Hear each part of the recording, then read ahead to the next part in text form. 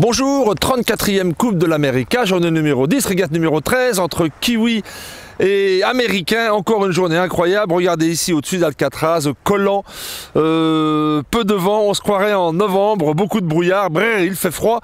Et pourtant, tension incroyable, 8-2 pour les Néo-Zélandais dans cette régate. S'ils gagnent, ils partent avec la coupe.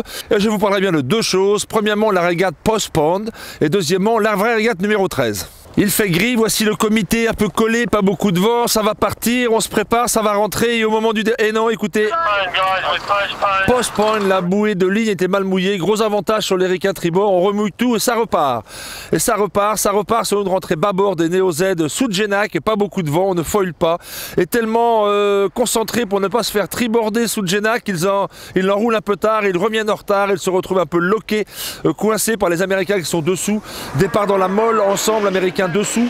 Regardez à bord, ils sont vraiment l'un côté de l'autre, pas beaucoup de vitesse, un petit peu de le fait pour être sûr de garder l'engagement à la bouée de reaching. Les Américains sont devant, on descend doucement au portant, ça n'avance pas, 18, 20, 22 nœuds, et même moins que ça, tout d'un coup 10 nœuds.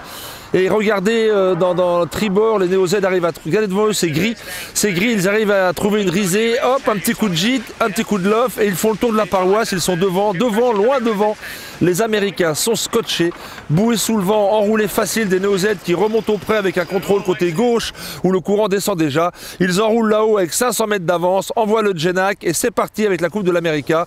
Surtout que les Américains, eux, ils n'y arrivent pas, ils ratent la seule manœuvre du jour, ils n'arrivent même pas à envoyer leur Genac, ils sont coincés dans leurs écoutes. Les Néo-Z arrivent à la porte sous le vent, ils vont, eh ben non, ils vont rien du tout, écoutez.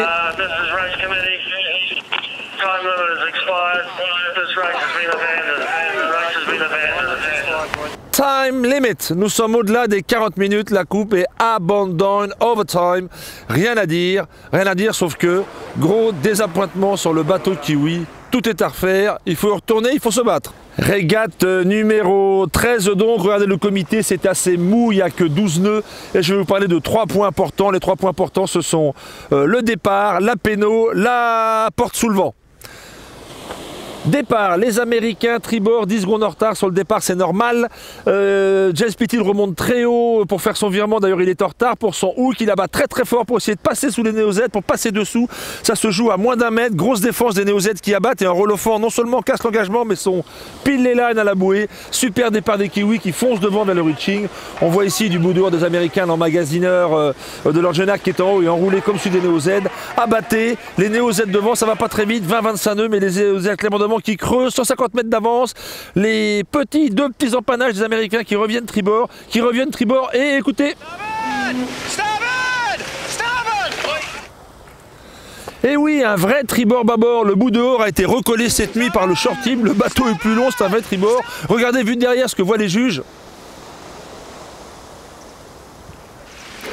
Et oui, les juges voient un vrai bâbord tribord, et regardez, vu à bord comment c'est, Spitty a failli en perdre un équipier. Et voilà, ça c'était le deuxième point clé de cette régate qui font perdre 150 mètres au Néo-Z qui doit attendre que la lumière bleue soit éteinte. Quand ils repartent, ils sont loin derrière et tout d'un coup ils arrivent à la... Finalement, ils arrivent à la bouée sous le vent où je vais vous le faire à la main. Les Américains sont bâbord et en panne juste devant dans le cercle d'engagement de la bouée, ce qui oblige les Néo-Z à empanner à moitié arrêtés pour prendre la porte de gauche de l'autre côté. Tant et si bien que les Américains repartent avec 19 secondes d'avance. La régate s'est jouée ici, magnifique porte sous le vent. Les Américains restent bien à gauche sur le plan d'eau avec le courant. On les voit ici arriver là-haut avec une bonne avance à la porte du haut. On les voit même de l'intérieur, juste avant la battée. On remarque les écoutes jaunes du Genaker dans lesquelles ils se sont pris les pieds. La régate d'avant qui a été annulée.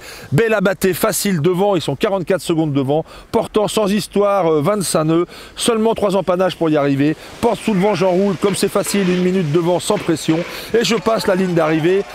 Régate gagnée, 8-3 pour les Ricains, bravo. Mais non, caramba, tout est à refaire pour les Néo-Z. Et plutôt que de dire bonne chance pour la prochaine régate, écoutons la conclusion de Dean Barker.